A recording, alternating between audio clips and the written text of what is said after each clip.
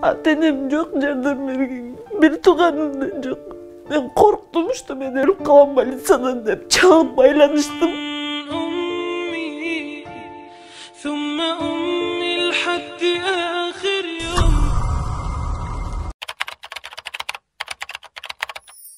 Assalamu alaikum. Биздин фонд дагы да болсо өз ишин улантууда. Азыркы маалда биз Бишкек шаарында жашап жаткан Кыз Жибек эжебизге жардам колун сунуу үчүн келип отурабыз. Кыз Жибек эжебиз бизге кайрылуу таштаган кезде ошол өзүнүн эки кызын алардын мектепке окутууда, алардын кийим кечесин алып берүүдө жана ошол тамак аштан, продуктудан жана ошондой эле ушул жерде жашап жаткан үйдүн квартплатасын төлөөдөн кыйналгандыктан бизге кайрылуу таштаган. Кыз Жибек эжебиз азыркы маалда ошол жаңы эле операция болуп больницадан чыкты. Ошол дагы да кайра жатасыз. Кайсы больницада жатасыз? Урологияга. 2-3 күнөйүн, 2-3 күнө анткени мен жаңы эле чыктым. Дарылар да азыр кичине жакшы болуп эметсин дейт. Андан кийин организм эс алыш керек дейт. Эс алгандан кийин кайра көрүнүп баштайбыз урологияга. Ошо бөйрөктөн таштар чыгып, ошондон приступ берип, азыр үйдөмүн, иштебейм. Эми азыр бир канча күндөн кийин урологияга жатат. Эжебиз жаткандан кийин ал жактан ошол больницада жатыш үчүн ал жактан дары-дармегине, анализдерге тапшырыш үчүн акча керек. Ал нерсе эжебизде жок болгондуктан ошол биз аркылуу сиздерге кайрылуу таштап жатат. Алла Таала кереметти Куранда «Калла балла тукримун ятим». Бизге келип жаткан балелер, кырсыктар, балким бул нерсенин баардыгы Алла Таала кереметти Куранда айткандай, силер жетимдин, жесирдин акысын бербей жатасыңар.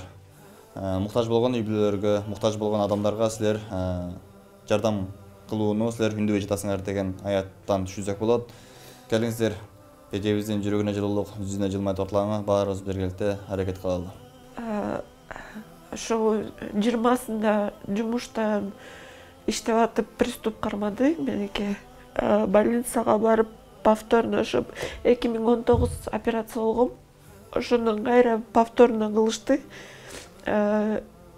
Бул жактан СРС болуп, бул квартирада турган үчүн өпкөмөн двухсторонний пневмония болуп больницага жатып калдым. Азыркы учурда ошо бөйрөктөрүм дагы беспокоить этет. Анткени эки жакта тең таш бар дейт. Ата-энем жок, жардам берген. Bir туганым да жок. Эки эле кызым бар. Эки кызымдан башка эчтеке жок. Мен больницада жатканда кыздарымды, тааныштарымды үйүндө таштап аттым. Бул жакты мага ошол тааныштарым айтып, ушундай фонд бар, жардам берет деген. Биринчи жолу кайрылып атам. Сиздерге рахмат, келип мени угуп, ушунун баарын эметип берген. Мен больницада жатканда сиздер келдиңиздер, мага жардамыңыздарды бердиңиздер. Сиздерге Алла ыраазы болсун, рахмат.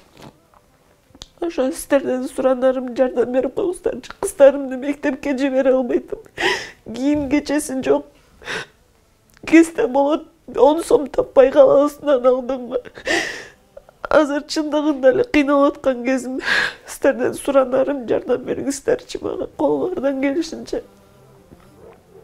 Ошо кайра 2-3 күнөй больницага көрүнүшүм керек. Дары-дармектерим, анализдериме акчам жок, азыр шартым жок, такыр жок. Жардам берген киши жок. Кыздардын атасы 3 жылдан бери жардам бербейт, бири келбейт. Ben korktum işte, ben ölüp kalan больницадан деп çalıp baylanıştım. Жардам сұрадым, бірдеме болуп калбайды. Şu эки кыз үчүн мен өмүрүмдү сактап жардам берчи десем берген жок. Ошол болгону ошол сиздерден суранам. Эки кызым үчүн, Аллах ыраазы үчүн жардам бериңиздерди суранам.